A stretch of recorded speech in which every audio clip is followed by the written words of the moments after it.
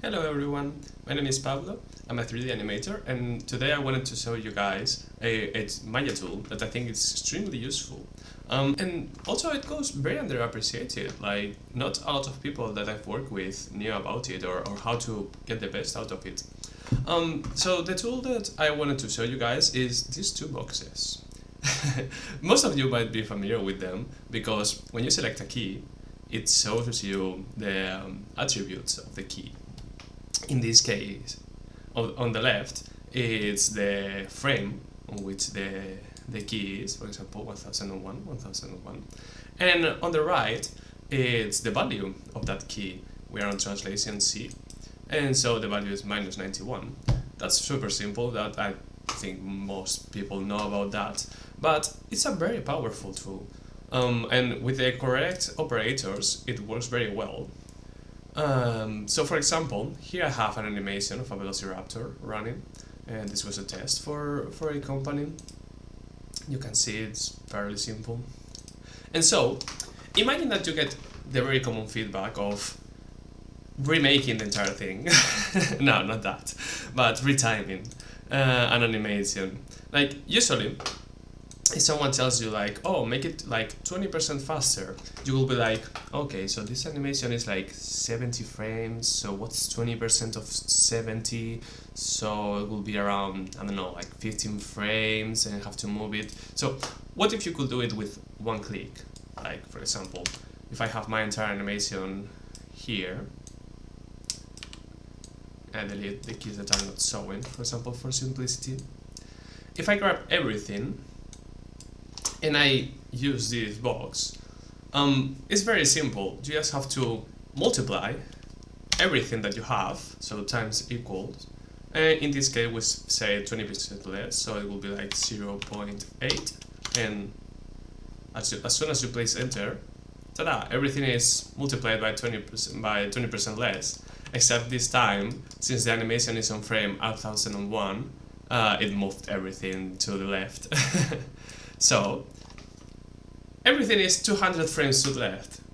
This seems like a problem. Now I have to drag everything, and sometimes, oops, and sometimes the scene is a bit laggy and I can't like make it really precisely. So what if I just add 200 to every single frame? If I add plus equals 200, oops, everything is moved. So everything is timed now, and everything is 20% faster. If I hit play, for example, yeah, it's a bit faster. The camera is lagging out behind because I didn't escalate that. But yeah, it's fairly simple. The common operators that I use are minus equals, plus equals, times equals, and not really divided by equals. I don't think how that will be super useful.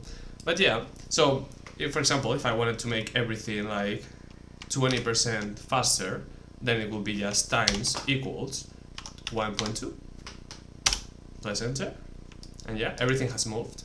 So again, it will be like minus 200, so minus equals 200 frames, and everything is where you want it. Like, for example, in my last job, it did happen that all the data from mockup file was on frame a million or something. I don't know why, but it did happen. And so instead of dragging everything a million frames, I just did minus equals a million something, and everything moved exactly with just one click, which I believe is super useful. Not having to like move everything around gives you so much freedom. A couple of things to keep in mind with this is that when you multiply something by 20% more, so you multiply it by 1.2, if you then divide it by 0.8, they're not equal. So be careful with that. If you want to return to your base animation, you might need to do some calculations there because of how the math works. Also, something very cool is that if you have, for example, let's say some cycles or something, or you just want to make an animation a bit less exaggerated. So let's say that, oh, the head moves a bit too much. So you could grab the curve and multiply values also, or add to the values if you want to make it exactly 20% faster. Like if someone tells you it has to be 20% faster, you can tell them like, oh, this is exactly 20% faster, instead of having to like escalate it and no, not that.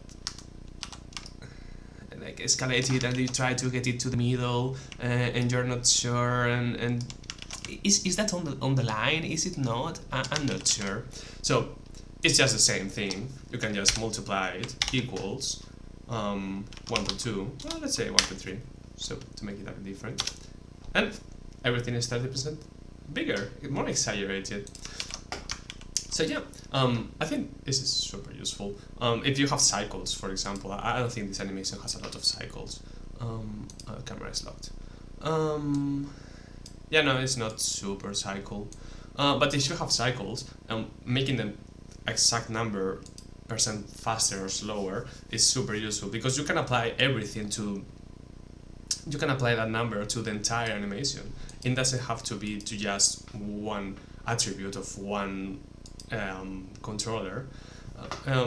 If you have everything, like usually how I will do it, if I had to make it by hand, would be like to go to absolute view and grab everything, and like maybe you can use this tool and be like, okay, 20% less, 20% less, but with this it's just times equals 1.2, 20% more.